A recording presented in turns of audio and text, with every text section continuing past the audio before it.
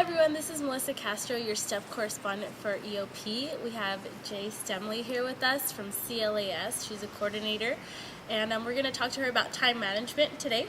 So we just have a few questions again. It's nice to see you again. Good to see you. So tell us a little bit about time management and why it's important for students to manage their time here at the university. Well, I think that there are three big reasons for this. One is just obviously to hit all your deadlines, to know when everything's going to happen, to not miss class, to this sort of thing. The other is really to get some control over your time, so that when you have free time, it's actually free time, and you don't have some paper hanging over your head. You've actually planned for it, and you're not having to pull all-nighters and crunch everything into these sort of last-minute things. Okay, so for maybe a student who's not used to managing their time, coming out of high school, what are some methods that you recommend for students to manage their time here?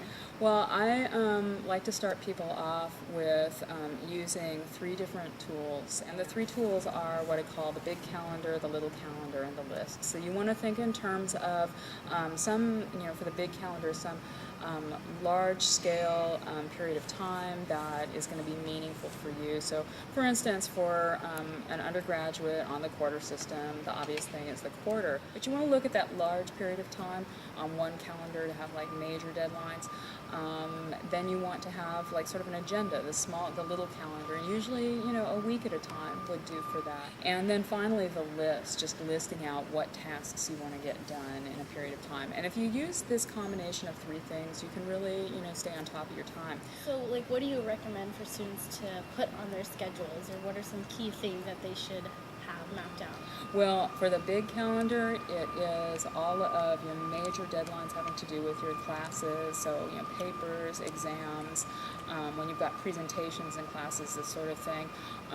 But also any time when there's going to be a major interruption of your studying, like days when you know that you're not going to study. So if you and your friends are planning to go to Vegas at the end of October, that goes on the big calendar. If you have family members coming in to visit you for a period of time and you know that that could very well interrupt your studying, you won't be studying that weekend, you want to put that there.